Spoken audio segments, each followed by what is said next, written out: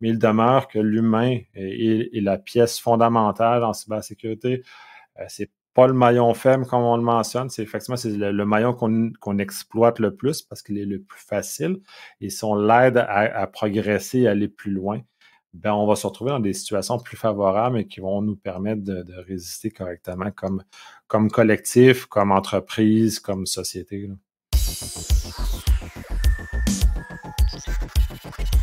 Tous tes profils en mode public. Tu veux être vu, entendu, connu. Eh bien, s'il n'y a que ça pour te faire plaisir. Les pirates ont pénétré et détruit les systèmes informatiques de nombreuses entreprises en introduisant plusieurs virus. C'est pas un virus, c'est pire, c'est un ver. Wow, accrochez-vous, l'émission commence. 4, 3, 2... Ces conneries, c'est ma cape. Aujourd'hui, à Cybercitoyen, on parle de communication non violente.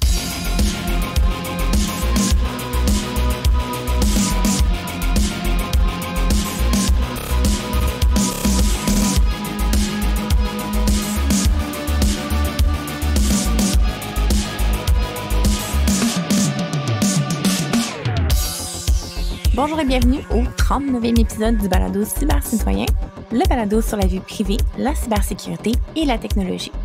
Mon nom est Catherine, je suis votre animatrice pour aujourd'hui et je suis accompagnée de Sam Harper et d'un invité tout spécial, Nicolas Loïc Fortin. Allô Nicolas! Allô? Ça va bien? Très bien, toi? Merci d'être venu au balado aujourd'hui. Merci de m'accueillir. Sam? Oui, bonjour. Bonjour Sam, ça va bien? Sam était trop en émoi de ta présence. C'est ça, moi j'étais... Fait que bon, salut. Déjà pour commencer, aujourd'hui, on voulait faire un balado un peu spécial sur le métier de consultant en général. Puis donc c'est pour ça qu'on avait choisi d'inviter Nicolas Loïc aujourd'hui. Puis j'imagine que déjà pour commencer l'émission, ça serait une bonne idée que tu te présentes pour ceux qui ne te connaissent peut-être pas. Je suis conseiller stratégique en cybersécurité, ce qui est le fait que, justement, pourquoi vous m'invitez là, qui est mon travail, traduction de poche, mais travail de jour, c'est ce qui fait que je gagne ma vie. À travers ça, j'ai mon podcast à Polysécure et j'ai l'événement de sécurité défensive à Québec, qui est le Sécure, qui regroupe, j'ai 20... presque, je l'approche 25 ans d'expérience en cybersécurité. Ce qu'on appelle maintenant de la cybersécurité. OK. Ça mange quoi en hiver, mettons, un conseiller stratégique? Conseiller stratégique, c'est un titre honorifique pour dire essentiellement que j'accompagne des gestionnaires en cybersécurité ou en dehors de la cybersécurité aussi, parce que ceux-ci ont quand même besoin d'appui en cyber pour les aider à prendre des décisions éclairées, aider à voir où ils s'en vont. Donc, je suis comme un conseiller expert pour accompagner un gestionnaire de façon spécifique. Je ne suis pas sur le terrain où je suis un peu la personne à tout faire qu'un gestionnaire proche de lui quand il y a des problèmes. C'est généralement moi qui interviens dans ces conditions-là. OK.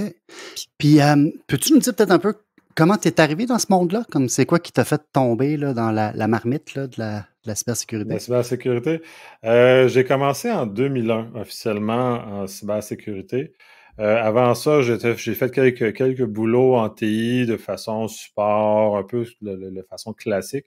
En 2001, ça a été mon entrée officielle de façon professionnelle là-dedans. Avant ça, je traînais dans des milieux un peu moins recommandables là, à cette époque-là. Les gens de cette époque-là qui vont sûrement se rappeler de ces moments-là. Ensuite, en 2001, j'ai été embauché par Deloitte pour être un pentester, qui était la seule, je pense, la seule porte d'entrée en cybersécurité à l'époque, officiellement. Et donc, il y a 23 ans et demi maintenant, sur laquelle j'ai eu mon premier emploi là-dedans officiel, veston cravate, et en faire des pentests en veston cravate et non en hoodie. Ça change un peu sur le modèle qu'on voit beaucoup qui fait que vous pensez comme ça. Donc, c'est ce moment-là où j'ai commencé à œuvrer en cybersécurité, dans lequel j'avais une énorme curiosité, un énorme intérêt. Donc, c'est eux qui m'ont donné ma chance professionnelle de débuter il y a maintenant 23 ans. OK. Fait que Pentester, je pense qu'on a déjà parlé dans d'autres épisodes, mais en gros, c'est de tester la sécurité de clients. Là. Fait qu'il t'était embauché pour aller Oui, ben oui, c'est ça, c'est en plein ça. Surtout à ces époques-là, on remonte en 2001, c'était vraiment des tests de type réseau, ce que moi j'appelle des tests d'intrusion classiques, c'est-à-dire on est très dans l'attaque de services de type réseau, on attaque des ordinateurs distants sur la base de mauvais fonctionnement de logiciels, d'ailleurs, qu'on utilise et qu'on exploite, ce qui est beaucoup plus rare maintenant, les choses ont beaucoup évolué, mais à cette époque-là, c'était avec des outils qu'on avait qui étaient disponibles, qui sont encore utilisés de nos jours, comme le Nessus, par exemple, qui était un des outils phares. Nmap était très utilisé. Et Ouais. ces éléments-là du côté offensif qu'on utilisait justement pour essayer de casser les systèmes des clients, pour leur démontrer les faiblesses de ces éléments-là. Mais c'était pas très intéressant. Les clients n'étaient pas très intéressés à cette époque-là, contrairement à maintenant. Les choses ont beaucoup changé depuis.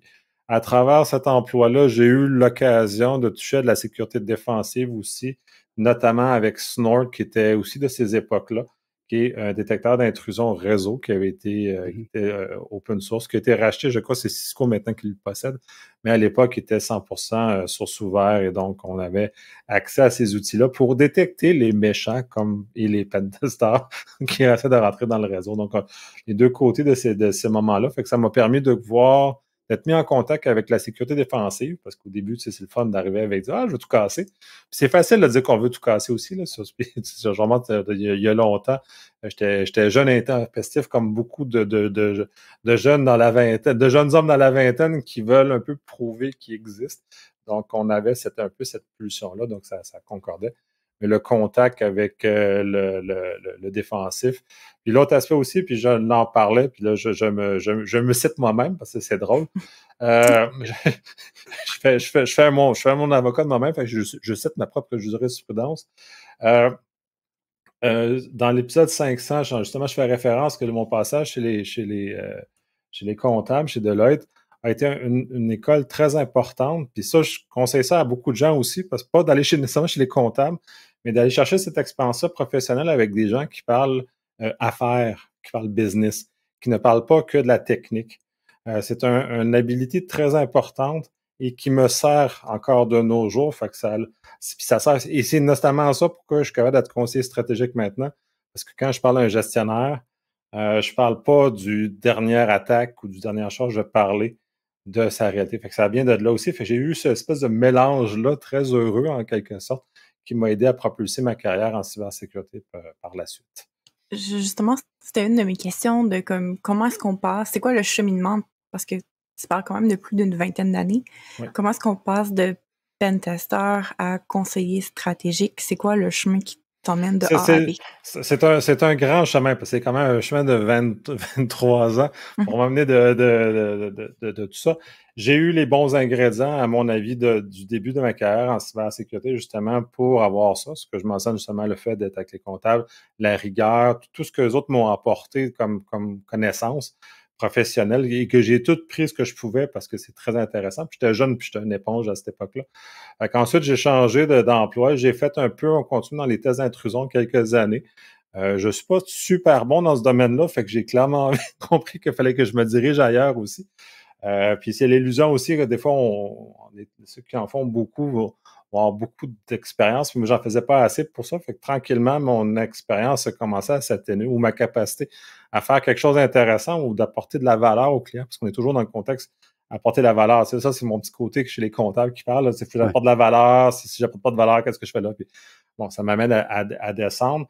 Par la suite, j'ai tranquillement migré vers des postes d'architecture en sécurité, qui m'ont amené à comprendre, dessiner les systèmes, justement mettre en œuvre les systèmes pour résister contre ceux qui cassent les systèmes. Donc, ça m'a amené à voir ça. Fait que de l'avoir vu un peu l'aspect technique chez Deloitte, ensuite de le réappliquer de façon pratique dans des architectures, dans des designs, dans certains cas, dans la mise en œuvre. Fait que les années qui ont suivi ont été principalement dans cette foulée-là de conception, d'aider à mettre des systèmes plus résistants. Naturellement, à l'intérieur de l'appétit du client à vouloir mettre des firewalls ou des coups-feux ou des équipements de sécurité, ce qui n'était pas très élevé dans ces années-là non plus, là, juste, mais quand même, il y avait un début d'intérêt pour ça. Fait que ça m'a permis de tout m'améliorer, amener l'écriture aussi beaucoup plus.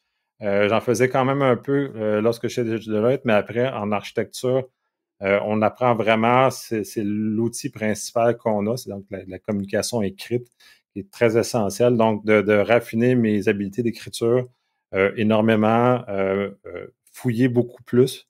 Aussi, c'est autant du côté tes intrusions, j'ai abandonné parce que suivre la dernière affaire technique, c'est un travail à temps plein. Autant suivre les tendances, c'est moins exigeant en termes de connaissances. On a quand même besoin de se tenir à jour, mais ça prend moins de temps total dans ça. Donc, de continuer à maintenir à jour et de réussir à descendre ces concepts-là de façon utile et pragmatique. C'est aussi un aspect important, pragmatique, parce que, tu sais, on a beaucoup de puristes aussi dans le domaine. Ça cause certains contacts négatifs avec le côté affaires parce qu'ils ont de la misère à rattacher. Donc, de réussir à trouver l'espace pragmatique et descendre ces éléments-là d'architecture et de conseiller correctement les bonnes solutions pour les bons besoins. OK. Puis, juste pour, tu vois, que je comprends bien, quand tu parles comme d'architecture, est-ce que c'était comme de l'architecture réseau dans une entreprise, par exemple? On utilise, comment on segmente les choses ou c'est... Je vais peut-être expliquer, parce qu'architecture, c'est un terme emprunté. En anglais, on va utiliser plus ingénierie, on va utiliser plus le terme d'ingénierie. Au Québec, on n'a pas le droit, fait qu'on utilise l'architecture à la place. Puis en francophonie, en général, on va utiliser beaucoup le terme architecture comme capable de dessiner un plan d'un système. Fait qu'on dessine des plans de système. Tu parlais d'architecture réseau, oui, ça en fait partie, mais moi, je ne suis pas un architecte réseau spécifique, c'est pas ma spécialité principale. Donc, je ne serais pas capable de faire quelque chose de qualité. Je vais être capable de comprendre, je vais être capable d'accompagner, mais ce n'est pas mon rôle principal. Donc, moi, c'était vraiment au niveau de la disposition des équipements de sécurité dans une infrastructure d'un client pour l'aider à se protéger adéquatement selon son appétit au risque, selon sa tolérance aux attaques, à ce qu'il trouve important. Donc, de placer différents équipements de sécurité. J'avais parlé de SNOR comme un détecteur d'intrusion, font partie des éléments qu'on met en place et qu'on positionne dans un diagramme de réseau notamment, mais dans une chose de système aussi, dans lequel on place ces équipements-là, ces logiciels-là, ces différents éléments, plus les configurations inhérentes qui vont avec ces éléments-là aussi. C'est dans cette époque-là où j'ai énormément touché. C'est ce que suivi ensuite quand je me suis sorti du test d'intrusion, mais c'est ça, c'est l'architecture qui m'a récupéré, sur lequel j'ai œuvré en tant qu'employé interne chez certaines compagnies ou dans des firmes de consultants, tout dépendant des périodes durant ce moment-là. J'entends que tu as quand même travaillé beaucoup, soit dans des boîtes de consultation comme employé ou avec d'autres firmes de consultation à travers ton parcours. Là, en ce moment, tu es consultant à ton compte.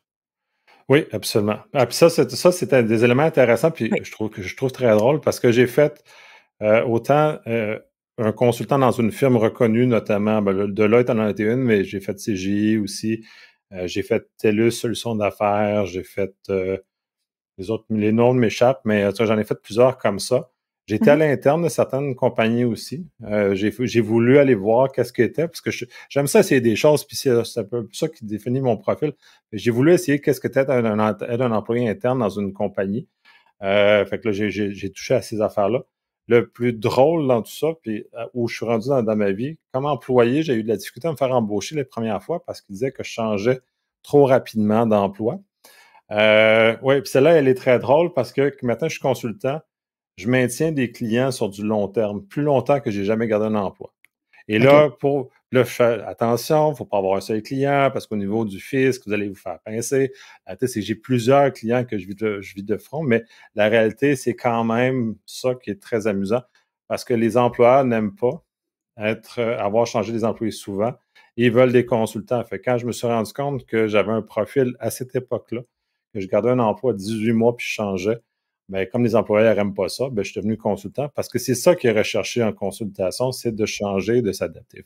J'allais là, mais là, quand j'ai changé de l'autre côté en consultation, là, je me suis retrouvé à avoir des clients sur du plus long terme, autant quand j'étais dans des firmes de consultation que maintenant, je suis à mon compte. La seule différence, c'est que maintenant, j'en ai plusieurs de front, puis ça me plaît comme ça aussi d'ailleurs. Puis maintenant, ben, c'est ça pour répondre à la question.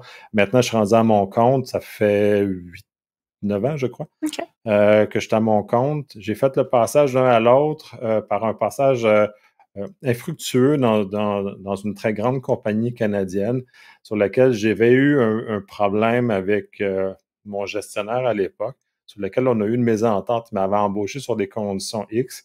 Et quand les conditions ont dû être remplies, ben, il dit non, ça marche pas comme ça. J'ai dit oui, mais là, c'est pas ça. La vie, tu m'as embauché sur c'est ça. Là, tu as comme trahi ta promesse. Fait que pour moi, ça marche pas. Et de ce côté-là, j'ai basculé à mon compte depuis ce temps-là. Fait que l'élément déclencheur qui a fait que tu as voulu partir à ton compte, c'était surtout cette motivation-là, justement, autour d'un conflit que tu as eu. Ça a été un déclencheur. C'était parce que je suis prédisposé aussi à ce genre de choses-là, parce que j'aime ces éléments-là.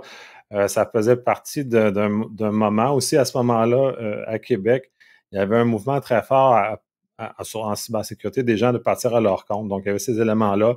Le bassin était favorable. J'étais sur un mandat à ce moment-là avec une personne qui prônait énormément ce genre de choses-là. Fait qu'elle m'a énormément encouragé dans cette direction-là. Fait que tous ces éléments-là réunis ensemble ont placé et ont fait que ça s'est matérialisé. Et l'étincelle qui a enflammé les choses, parce que le carburant était déjà là, ben, c'est le conflit que j'avais eu à ce moment-là avec la promesse non remplie par mon patron à ce moment-là. Puis mettons, c'est quoi ta chose préférée? Puis c'est quoi la pire chose d'être consultant à son compte? La pire, je vais commencer par la pire chose, c'est qu'il faut qu'on se trouve notre travail nous-mêmes en général. Ouais. C'est un stress qui est quand même assez important. Là, ce stress-là n'existe plus dans ma vie puisque j'ai un carnet de commandes qui est très plein. Puis c'est plus un problème de faire de trouver du travail, mais dans les premières années, le stress est quand même là, il est quand même assez important. J'ai traversé plusieurs récessions, puis plusieurs congédiements massifs de consultants, notamment au gouvernement du Québec. Il y a eu des vagues assez importantes dans différentes restrictions budgétaires qui fait que là, ils purgent énormément les consultants. Pour les gens de Montréal, ben, les grandes banques notamment le font sur des bases régulières aussi de purger leur... À Montréal, c'est notamment un des plus gros employeurs, qui était un des plus gros employeurs de consultants. Les deux grandes banques. Donc, de temps en temps, ils viennent purger ça, et ça a des effets qui sont ça. Fait que ça devient un peu toujours de marché dans ces zones-là. Fait que ça, c'est l'aspect le plus stressant, à mon sens, le plus difficile, surtout au début. Avec le temps, ça s'atténue. L'autre élément le plus ce que j'aime, puis dans le fond, c'est essentiellement pour ça que je suis encore à mon compte, parce qu'il y en a plusieurs de l'époque où moi je suis parti qui sont retournés employés, parce que ça demande un certain nombre d'autonomie, puis ces gens-là n'avaient peut-être pas l'autonomie suffisante pour ça, ou pas capable de trouver. Moi, j'aime beaucoup la liberté que j'ai de choisir les clients avec lesquels je travaille, de travailler dans les heures que je veux travailler. Maintenant qu'avec le post-COVID, on est dans un contexte où le télétravail est beaucoup plus accepté qu'il l'a déjà été. Donc, c'est encore plus facile maintenant d'avoir plusieurs clients en même temps et d'équilibrer mon travail en conséquence de ces éléments-là. Puis notamment, j'ai des clients qui ont des filiales en Europe. Donc, je m'adapte à des horaires des fois qui sont un peu atypiques et qui correspondent dans l'absolu à qui je suis aussi. C'est une question de continuité avec ma personnalité dans laquelle je me retrouve dans cette zone-là. OK. Puis, ça ressemble à quoi les genres de problèmes? Tu sais, quand tes clients t'appellent, puis que tu arrives là, c'est pour répondre à quel genre de problème? Là, comme concrètement, là, c'est quoi un peu les questions qui sont posées ou c'est quoi les choses que tu dois solutionner là, quand on t'appelle? Ben, en général, on m'appelle pas comme ça de nulle part. Tu sais, je suis pas comme un Mandan de ce monde. Il y a le feu chez nous, viens m'aider. Fait que ça, je suis pas dans cette zone-là, mais généralement, dans le fond, maintenant, c'est du conseil. Là. Quand j'ai débuté à mon compte, c'était de l'architecture. Fait que j'accompagnais dans le design de système. Donc, c'était des contrats à durée définie à ce moment-là qui me permettaient un début, une fin. Fait que je devais livrer un document ou un élément spécifique qui était demandé par rapport aux besoins du client. Donc, j'accompagnais le client pour l'atteinte de son objectif du livreur qu'il avait besoin. Donc, c'est un peu dans cette perspective-là. Quand je faisais plus d'architecture, maintenant, comme je fais beaucoup plus du conseil, ça va être des interventions un peu plus ad hoc, puis qui ressemblent un petit peu à ce que tu dis, mais ça ne l'est pas tout à fait comme ça, parce que ils ont quand même des besoins d'une certaine forme de présence pour plus que ça. mais je fais beaucoup dans le conseil. J'accompagne des chefs d'équipe, des directeurs généraux présentement, dans lesquels je fais ce genre de travail-là. Ils posent des questions, soit de façon ad hoc, sur un beau terme anglais, un retainer, là, une banque de temps qui est utilisée quand il faut que je consomme dans cette banque de temps-là, quand ils ont des besoins ad hoc, pour des questions spécifiques, pour les amener à sortir d'une réflexion, les amener à réfléchir, ou je vais produire davantage des notes maintenant, des notes de briefing, des préparations, des éléments comme ça. C'est beaucoup plus dans cet esprit-là que j'agis pour la plupart de mes clients. J'en ai un que c'est plus pour de l'analyse de risque. J'agis vraiment dans un rôle d'analyse de risque dans ce cas-ci, où je fais de l'analyse de façon en série, si on veut, l'analyse de risque pour celui-là. Donc, je fais des travaux comme ça selon un horaire défini que eux ont besoin, jusqu'à temps qu'ils m'en censurent, c'est jusqu'à temps qu'il n'y en ait plus à faire, donc à la fin du contrat qui encadre ce besoin-là chez ce client-là. OK. Puis ça, si j'ai bien compris, comme l'analyse de risque, c'est de regarder c'est quoi les choses qu'on veut protéger, c'est quoi les choses qui pourraient les mettre en danger. Les mettre en danger, ouais. Est-ce qu'il y a une grosse probabilité que ça arrive? Puis si ça arrive, c'est une catastrophe ou pas? C'est un peu d'évaluer qu'est-ce qu'il faut qu'on sécurise rapidement, puis qu'est-ce qui peut attendre un peu. C'est un peu ça l'idée? Oui, moi, j'explique l'analyse de risque c'est un moyen de communication qu'on utilise pour prioriser des éléments de sécurité, donc qui amènent, puis c'est pour ça que je suis dans un contexte de gestion, c'est que souvent on va présenter une analyse de risque à un gestionnaire ou un détenteur de l'information. Puis pour ceux qui ne savent pas qu'est-ce qu'un détenteur, c'est que quand on a un système ou un fonctionnement, dans une entreprise, on va nommer quelqu'un qui est responsable. C'est comme c'est cette personne-là qui est responsable dont si on prend dans des termes réels, du local ou des dossiers papier. Il y a une personne qui est nommée pour être propriétaire de ces documents-là qui sont maintenant numériques. Donc, on prend cette information-là, ces personnes-là, ces propriétaires-là sont généralement pas techniques, donc on peu ou pas de connaissances en technologie, encore moins en cybersécurité. Donc, il faut leur trouver un moyen de communiquer qu'il y a un risque potentiel associé à l'information qui sont sous leur responsabilité et qui doivent investir de l'argent pour protéger adéquatement cette information-là. Donc, c'est un moyen pour communiquer ça, surtout pour des gestionnaires qui sont en dehors du domaine de la cyber ou de la domaine des TI. Là. C'est vraiment ça. Et c'est là où ça me sert. Je reviens toujours dans la boucle. Puis je trouve ça important parce qu'il y a beaucoup de gens en technologie puis en cyber qui escamotent ce bout-là de communiquer avec les affaires. C'est là la clé qu'on va arriver à faire changer les choses. Sinon, on fait juste se taper ça. Pour moi, je trouve qu'on fait juste se taper la tête sur le mur si on n'a pas ça. Moi, l'analyse de risque est un véhicule que j'utilise pour amener cette conscientisation-là. Okay. Fait que tu nous confirmes que les soft skills, c'est important en cybersécurité aussi. C'est très important. Oui, ça, absolument. Là. Ça aussi, c'est un vieux mythe là, du hoodie, de l'adolescent en hoodie qui n'a pas besoin. Technique, puis qui ne sait pas comment communiquer. Bon. Ouais, qui est une brute, qui est super bon. Ou en anglais, il y a le 10X Engineer, je pense qu'ils font référence aussi beaucoup aux États-Unis. C'est des gens qui sont hyper toxiques, qui sont des machines en termes de production de contenu. Mais la réalité, c'est que cette personne-là nuit à l'équipe. En cyber, on a besoin d'énormément de communication, on a énormément besoin de propager notre message à l'extérieur parce que on ne sommes que des porteurs d'un message, on n'est pas responsable. C'est aussi un peu l'erreur qu'on fait de penser que la sécurité nous appartient. Nous ne sommes que des personnes qui guidons les gens à se protéger parce que c'est pas nous qui installons les systèmes. Si on prend, puis je vais prendre l'exemple de CrowdStrike parce qu'il y a la confusion dans la tête de bien des gens. C'est pas un incident de sécurité qui s'est passé, c'est un incident technologique parce que les gens en cyber n'étaient pas impliqués, même si c'est un outil de cyber. Fait que cette confusion-là habite beaucoup. Mais oui, il faut savoir communiquer, sinon on va toujours se taper sur la tête sur le mur. Notre objectif, c'est de faire comprendre qu'il faut mettre de l'argent pour protéger les informations. Sauf qu'on n'est pas capable de communiquer, on ne réussira pas à faire comprendre que c'est important de protéger les informations, de mettre un cadenas sur les choses, de verrouiller ses portes, fermer ses fenêtres. Ouais. Surtout que les décideurs budgétaires sont généralement pas nécessairement au courant de l'aspect technologique ou de toutes ces choses-là, donc il faut communiquer.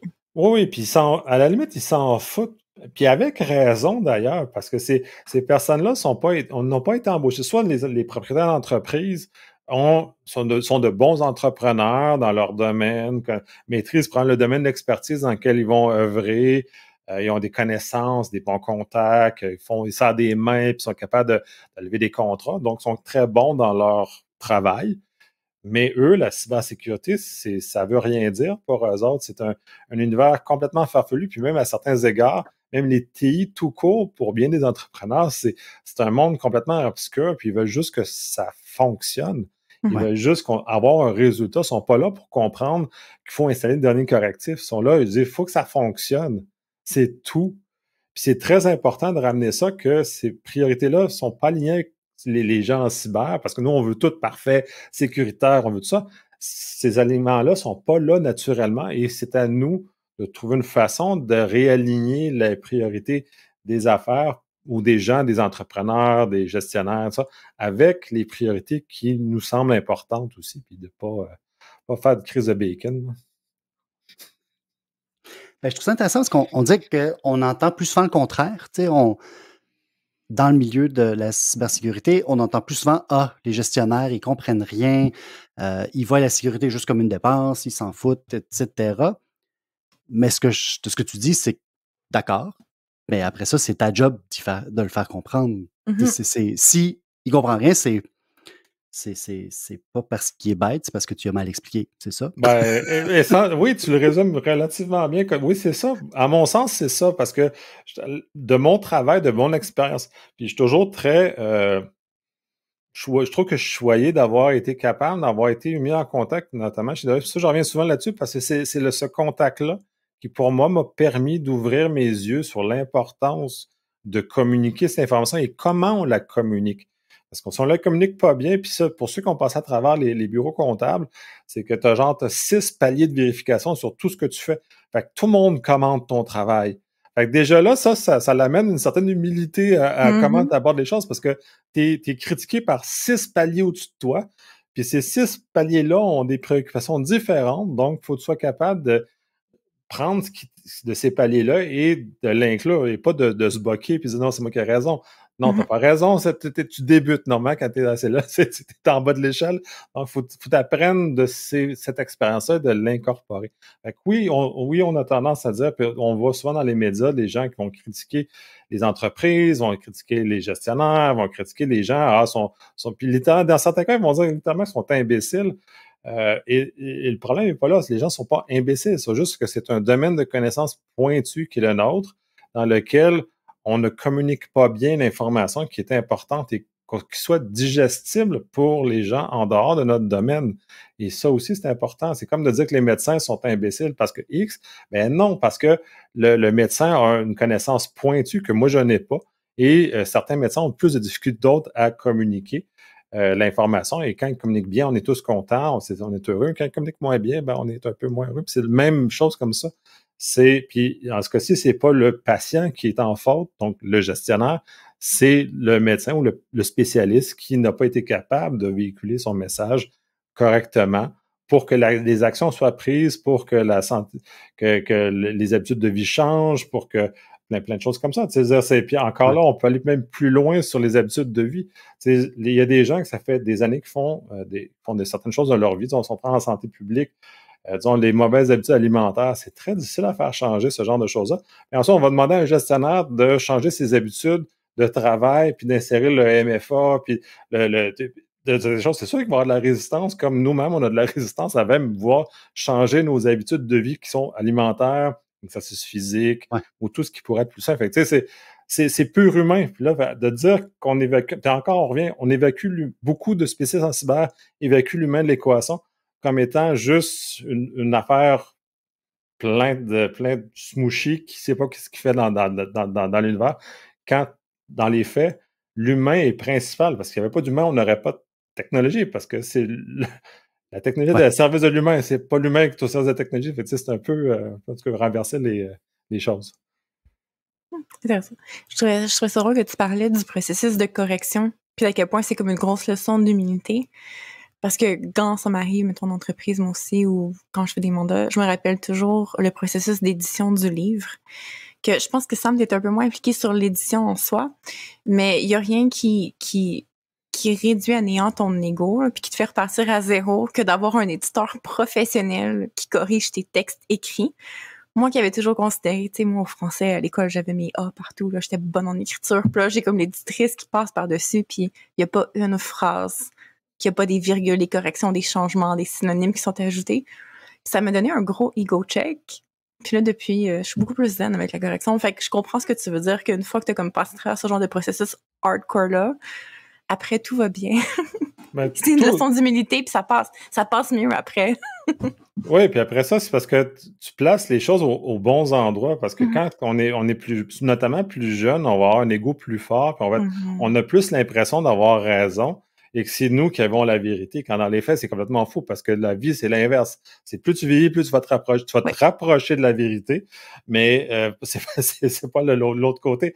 Fait que ce chemin-là nécessaire d'ouvrir notre capacité à apprendre, à accepter la critique, et justement d'incorporer ces informations-là, parce que de cette expérience-là, ton style d'écriture a dû s'améliorer, et donc les corrections maintenant sont moins lourdes parce que tu en as moins, et bon, tu as incorporé les différents éléments de style qui te permettent ça. En cyber, c'est la même chose.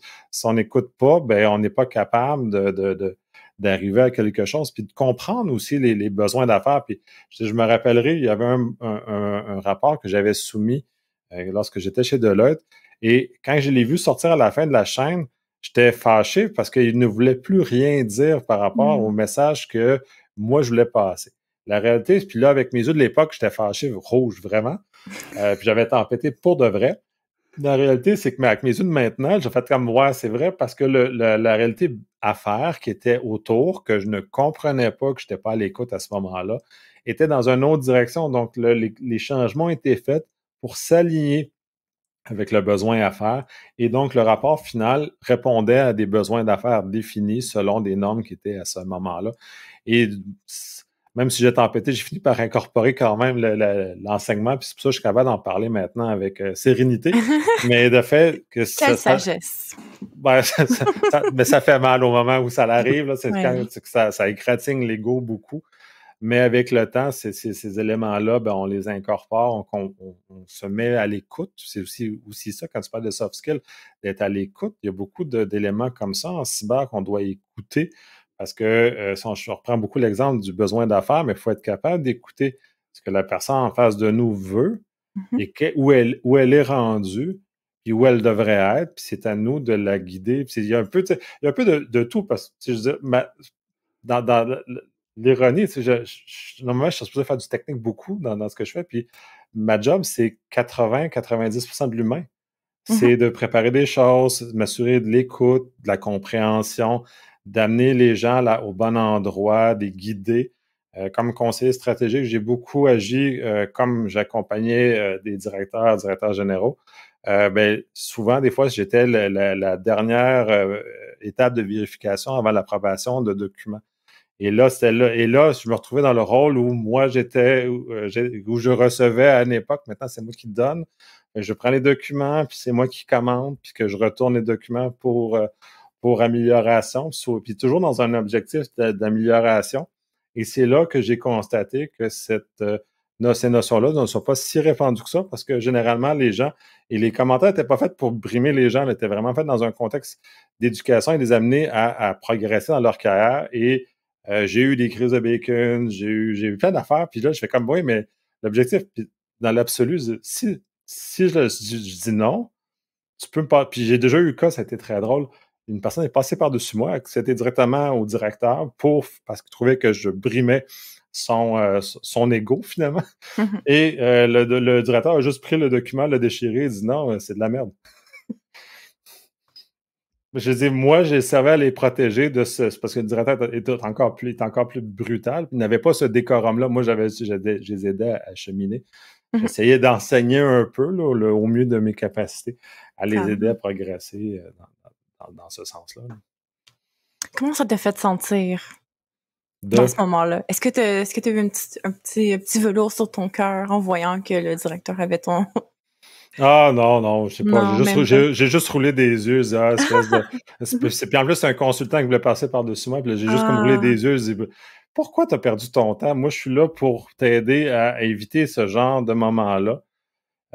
Et t'as juste pas voulu écouter parce que ton ego est plus gros que clairement ne rentre pas dans la pièce. Fait que ton ego est tellement grand que tu pensais que je brimais quelque chose, quand dans les faits, je suis pas là pour brimer, mais je suis là pour essayer de les amener à ce que leurs documents soient approuvés le plus rapidement possible. Parce que ce qu'ils ne savaient pas, puis ce que la plupart des gens ne savent pas non plus quand les documents passaient dans mes mains à cette époque-là, mais encore maintenant, c'est que généralement, quand que je dis OK, que le document est prêt pour être envoyé en approbation, c'est que c'est moi qui dois défendre la qualité du document face au directeur ou à la directrice avec qui je collabore. Et si je suis pas capable de le défendre, puis je me suis déjà fait rincer aussi. Ça m'arrive aussi, je suis pas exempt de ce genre de choses-là parce que je suis rendu où je suis rendu. Des fois, je me fais contester de façon assez brutale là, par le directeur ou la directrice que j'accompagne. Puis c'est sûr, c'est pas une affaire d'ego, de vengeance, ça. Puis c'est ça aussi, il faut évacuer ça, cet espace d'éléments-là, parce que dans le milieu du travail, je trouve qu'il y a un peu trop de ces espèces de... On parle, il faut avoir des soft skills, oui, mais ça demeure un travail aussi. Il faut laisser son ego à la porte, si possible, et on est là pour collaborer, pour arriver en même temps, et tout le monde ensemble dans une prestation de service, ajouter de la valeur, et pas que mon document est meilleur que le tien ou ce que je fais est meilleur qu'une autre personne. Le but, puis en plus, au travers de ça, je déteste refaire le travail des autres, mais je déteste ça grave. Fait que je suis pas là pour refaire le travail des autres. Ça m'intéresse zéro. C'est ça aussi que les gens ne comprennent pas parce qu'ils pensent que je prends le mérite à leur place. Non, non, je veux rien savoir, ça m'intéresse zéro. C'est pas dans ma personnalité, c'est pas la façon que je me suis développé professionnellement. J'aime pas ça, cet élément-là. Fait que tout l'aspect que tu mentionnais de petit, non, moi, ça n'existe pas, ce volet-là des choses. Quelle sagesse. Quelle maturité émotionnelle incroyable. Ben, on pourrait peut-être dire ça, mais j'ai mes blessures de guerre aussi. Là. Ça fait la sagesse se fait avec des cicatrices. Et j'ai vraiment beaucoup de cicatrices parce que, tu sais, j'ai eu mes tapes sur le nez quand j'étais jeune. Tu sais, j'ai mentionné le cas, le fait que le rapport, quand j'étais chez Deloitte, n'a pas été accepté. Ou il y a d'autres éléments comme ça j'ai eu mes tapes sur le nez très régulièrement parce que je testais un peu, j'étais un peu un peu bruyant, disons, dans ces époques-là. Puis je les ai eu, ces éléments-là. Et j'en ai tiré des enseignements aussi, là, parce que si tu fais toujours la même erreur constamment, il y a peut-être un problème à regarder. Mais je les ai tirés. Fait que de cette sagesse-là que tu dis, ben, j'ai beaucoup de cicatrices qui confirment aussi ces éléments-là. Puis je me suis pas arrêté à s'il plaît, ces éléments-là. Puis c'est un côté de persévérance aussi que je pense que je vois moins, en tout cas de moins en moins maintenant. C'est pas parce qu'on se fait dire non que c'est fini. Il faut réessayer, il faut voir, il faut tester. Il y a de l'espace à beaucoup de choses. Puis je pense que ça fait partie des éléments qui m'ont aidé à passer d'un pentester au début des années 2000 à conseiller stratégique maintenant parce que j'ai essayé beaucoup de choses. C'est peut-être un des éléments que toi, tu nommes sagesse, mais moi, je nomme juste blessure de guerre.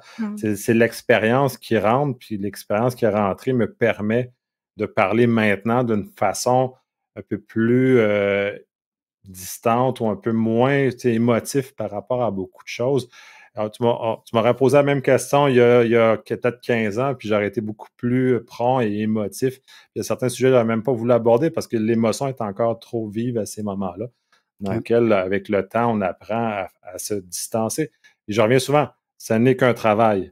À bien des égards, si je vais avoir du fun, des choses, d'autres éléments, je vais avoir ça dans des hobbies, dans d'autres éléments, mais au travail, je me choquerai pas, je partirai pas en guerre contre quelqu'un, je suis là pour faire mon travail avec ma meilleure capacité possible pour apporter de la valeur à qui veut bien me payer. Intéressant. Ce que j'entends, c'est qu'il faut de la maturité émotionnelle, il faut faire de la méditation pour être zen et détruire son ego, il faut suivre des cours de communication active. Oui, oui, Est-ce qu'il y a des oui. certifications plus techniques qui t'ont aidé dans ton cheminement à travers tout ça? En dehors, mettons, des soft skills. Non, mais ça c'est drôle. Puis il y a deux axes à ça. D'un point de vue technique, moi, j'ai la seule. Ben, j'ai eu le MCSA il y a longtemps. J'ai fait quelques certifications. Moi, j'ai fait le CISA, j'ai pas fait le CSSP. Contrairement à bien des choses, parce que j'arrivais du monde des comptables, fait que c'était pour moi plus naturel de regarder du côté de la vérification.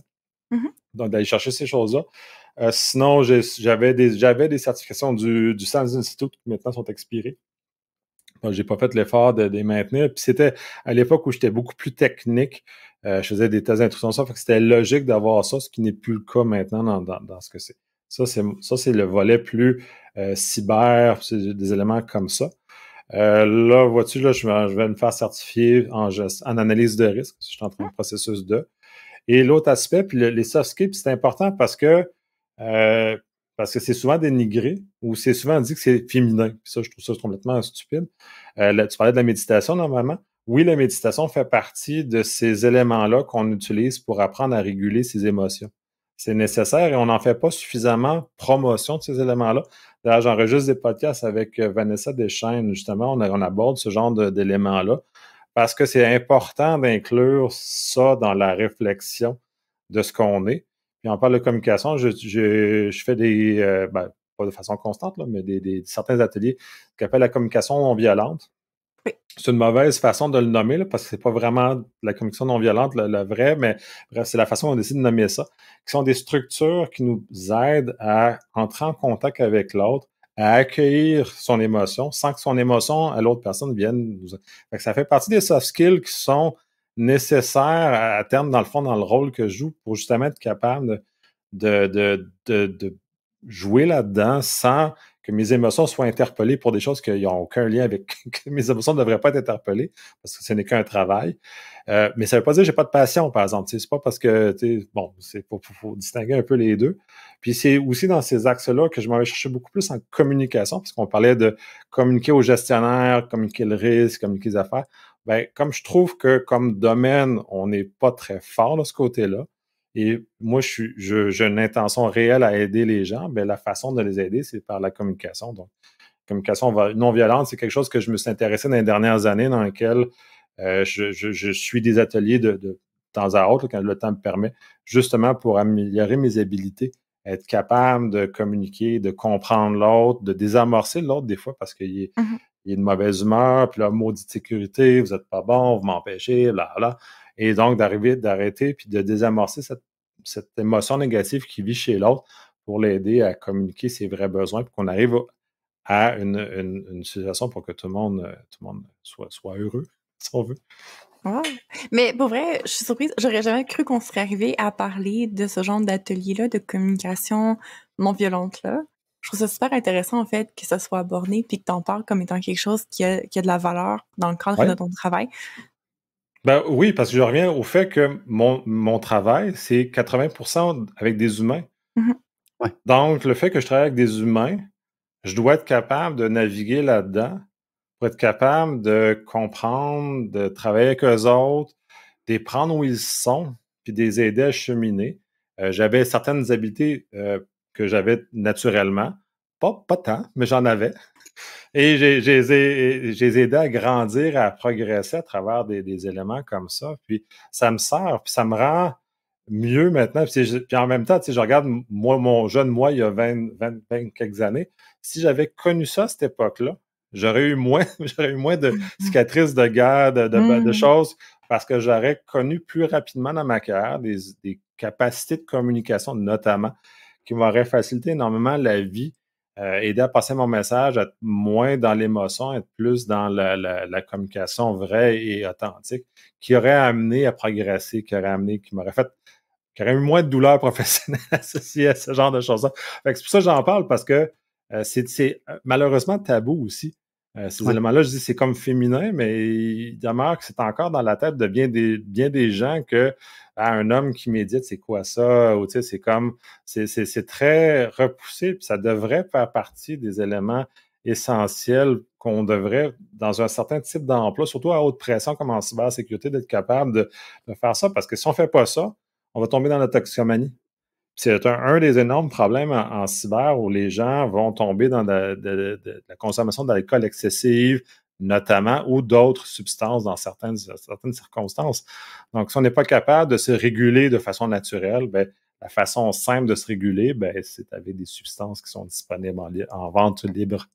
Mais je trouve ça intéressant parce qu'il y a beaucoup de parallèles avec mon ancienne vie. Là, en médecine familiale, c'est un milieu où il y a aussi beaucoup de connaissances techniques, scientifiques pointues, comme tu l'en as tantôt. Mais qu'en médecine familiale, une bonne partie de ta formation, c'est justement des techniques d'entrevue, puis c'est de ressentir l'émotion que tu ressens, puis de dire, OK, pourquoi je ressens ça? Ah, c'est parce que la personne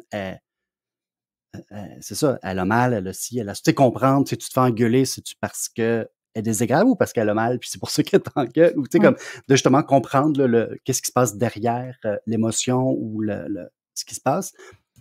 Puis aussi, communiquer le risque. C'est juste ça que tu fais. Puis tu pars où les gens y sont, puis tu dis, regarde, moi, je vais pas arrêter de fumer. C'est comme, OK, ben, qu'est-ce qu'on peut faire d'autre? Peut-être tu peux marcher, peut-être que tu vas faire d'autres choses. Mais si je fais juste dire, ben, t'es un gros crétin parce que tu fumes, ben, j'ai manqué la personne a manqué sa shot. C'est ça, c'est comme des notions qu'on retrouve aussi en cybersécurité. Oui, puis tout à fait. Puis, tu as nommé quelque chose d'important aussi, parce qu'il y a deux axes à ça. Un est aussi important que l'autre. C'est-à-dire que la capacité et la connaissance technique est importante, parce que si je n'avais pas mes bases techniques, je ne serais pas capable de parler avec autant d'aisance que j'ai présentement. Fait que vous avez ta base technique, ce qui en médecine est très difficile, les bases techniques par ailleurs. Là. Ça, je te lève mon chapeau parce que c'est un chemin qui est assez douloureux.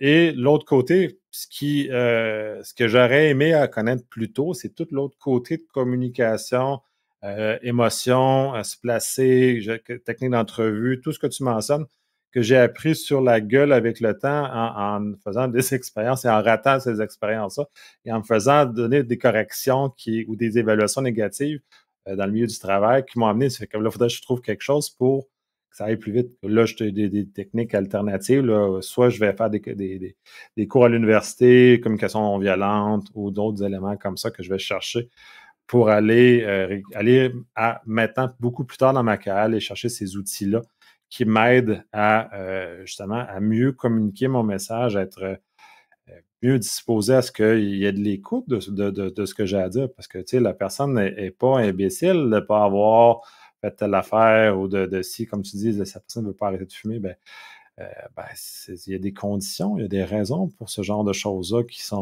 faut comprendre. Puis, c'est ça, on ne les comprend pas. On est toujours très dans le jugement rapide, dans ce qui nous est présenté publiquement, là, je dirais, en sécurité.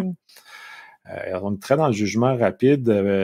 Premier sur la nouvelle, ça y est, tout le monde est mauvais. Puis, on est beaucoup dans la réaction puis le jugement, tu as raison là-dessus. On n'est plus là-dedans. Puis j'aime beaucoup le parallèle que tu fais, Sam, sur le médecin généraliste où tu dois te placer dans une position où tu écoutes tout ce qui se passe pour arriver à conseiller la personne qui est devant toi le mieux qu'elle peut. Puis oui, on se fait engueuler. Ouais, en médecine familiale, ça doit être encore pire, là, c'est le te faire engueuler par des gens qui sont complètement à ça. Mais ça m'est arrivé aussi dans mon travail d'arriver dans des situations où tu te fais accueillir de façon un peu brutale. Puis c'est juste, tu trouves la façon de désamorcer l'autre pour l'amener dans un état de communication. Puis dans l'absolu, c'est ça. C'est un peu aussi un des aspects parce que dans le rôle de conseiller stratégique, c'est que, dans le fond, je fais beaucoup, beaucoup de choses. Dans le fond, je fais ce que mon client me demande. C'est à peu près, à peu près ça. Il y a la gestion du client à travers tout ça aussi, j'imagine. Ou est-ce que tes skills de communication vont être super importants? Oui, la gestion de la relation avec la gestion du client aussi. Puis c'est pour ça que j'ai établi des relations. Puis ça devient à terme, c'est humain. C'est des relations de confiance que j'établis avec des gens sur lesquels on construit des choses. Fait que c'est toujours de l'humain qui est en arrière de ça. Puis j'allais vers la gestion d'incidents. Le fait que je suis un bon gestionnaire d'incidents, c'est parce que je régule bien mes émotions, je demeure calme. Et une des choses, puis ça, je l'ai appris que très dernièrement, quand on est en état de stress, notre capacité cognitive se réduit de 80%. Là, j'ai fait comme « What? » fait que quand on est dans un état de panique, dans un incident, c'est ta capacité cognitive de réduire de 80%. C'est très juste 20% de travailler pour faire quelque chose qui est urgent, puis tout va briser. Ça n'a aucun sens. Fait que les gens qui sont énervés dans des crises ne sont pas capables de les gérer de façon correcte. Puis moi, ma façon, je suis toujours très calme et très disposé à ce genre de choses-là. C'est notamment... Mais OK. tu vois, c'est super intéressant ce que tu viens de dire comme statistique aussi du point de vue d'avoir, nous, en tant qu'experts de l'empathie pour les utilisateurs, surtout quand ils cliquent sur des liens de phishing. Oui, Parce que souvent, les liens de phishing vont beaucoup aller chercher justement la panique, le stress, le sentiment oui, d'urgence. Puis les gens ne cliquent pas parce qu'ils sont nonos sur des liens, ils cliquent parce qu'ils sont stressés puis qu'il y a des facteurs qui vont aller influencer un peu oui. cette décision rapide-là. Fait que je trouve Oui, que il y a c'est une eu- belle statistique de genre, hey, ayez de l'empathie envers vos utilisateurs parce que c'est pas juste de leur faute non plus.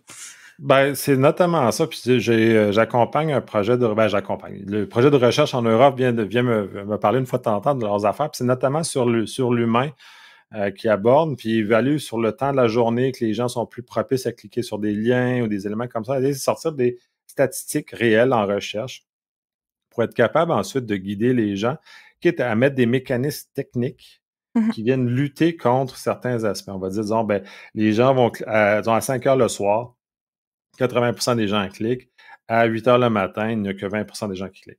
Donc, le soir, ben, si tu cliques, ça ne fait rien tant que tu ne l'as pas relu le lendemain matin.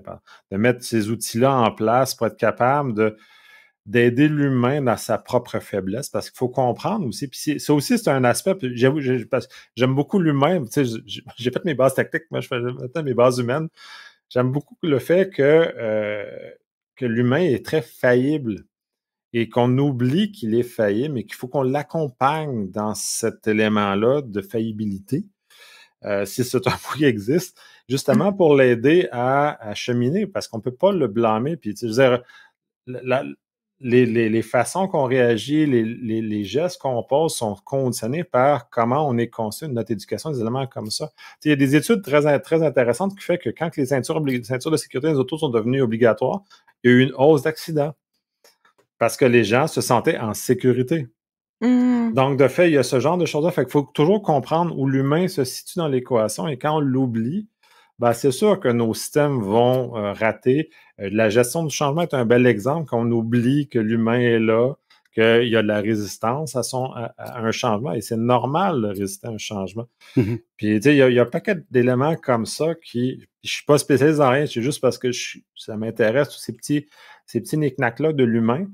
Parce que si on n'en tient pas compte, ben, mon rôle de conseiller n'est pas à sa pleine hauteur, à mon sens, où je ne suis pas capable d'aider le gestionnaire à dire prends une décision, puis dans ton paysage à toi, avec le type de population d'utilisateurs que tu as, avec des choses comme ça, ben ça va avoir plus d'effet pour atteindre ton objectif d'atténuer les gens qui cliquent sur les liens, qui vont être capables de mieux comprendre. Ça leur parle.